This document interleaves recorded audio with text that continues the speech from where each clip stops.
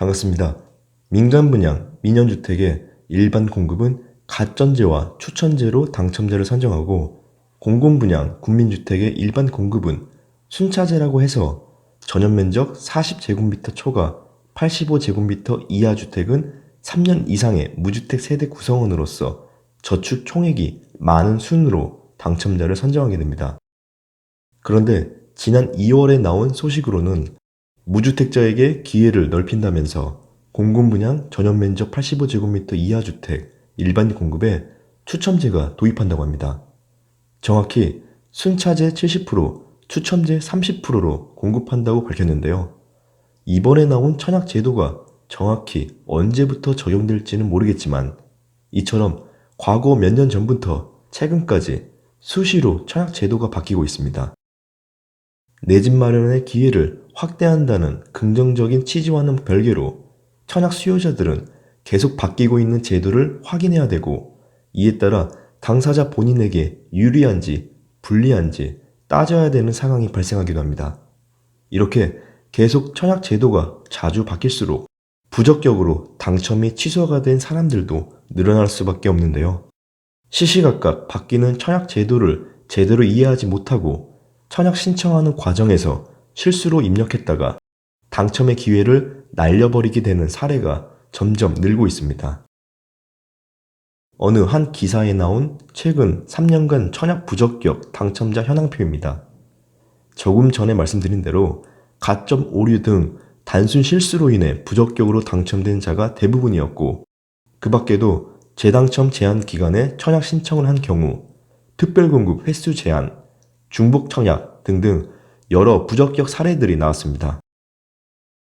부적격 당첨 대표 사례가 가점 오류라고 나와 있긴 합니다만, 이 안에는 또 굉장히 많은 사례들이 존재합니다. 무주택 기간 오류, 부양 가족수 오류, 소득 기준 오류, 거주 요건 오류 등등 청약 신청하는 과정에서 단순 자료 입력 실수로 나타났습니다. 전에 청약 신청하는 방법에 대해 2개의 영상을 올려드렸습니다. 소득 기준을 강조한 특별공급, 그리고 가점 대상인 일반 공급을 신청하는 방법에 대해 설명드린 바가 있는데요.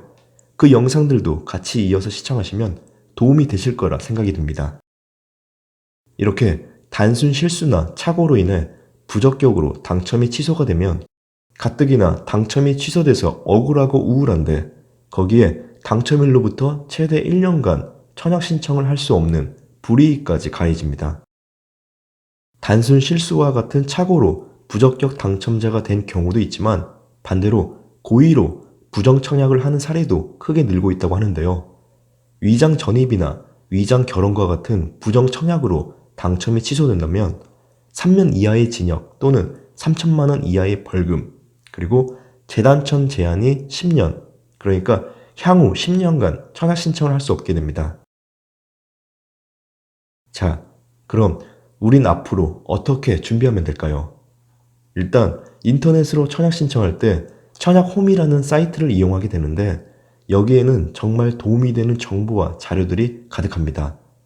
그 중에서도 청약 신청하기 전에 당사자 본인의 제한 사항을 미리 확인해 볼 수 있고, 청약 연습을 통해 신청 절차를 미리 확인해 볼 수 있습니다.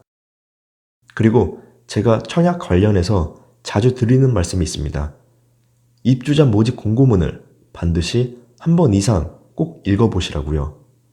모집 공고문을 읽다 보면 헷갈리고 궁금한 부분이 분명 나올 겁니다. 그럼 해당 내용 관련해서 궁금증을 해결하기 위해 검색도 해보고 여기저기 조언을 구할 겁니다. 그렇게 청약 신청 당사자 본인의 자격 조건을 하나하나 확인하고 체크해 나가는 것입니다. 청약 신청을 몇 번 하셨던 분들이라면 내 청약 가점이 몇 점이고 내 제한 사항을 알고 있겠지만, 이제 막 청약에 도전하는 분들이나 처음 하시는 분들이라면 입주자 모집 공고문을 반드시 한 번 이상 꼭 읽어보시고 청약 신청 당사자의 자격 조건 뿐만 아니라 자금 흐름을 미리 체크해 보시길 바랍니다. 영상을 시청해 주신 우리 구독자분들에게 항상 좋은 소식만 가득했으면 좋겠습니다. 오늘 영상은 여기까지입니다.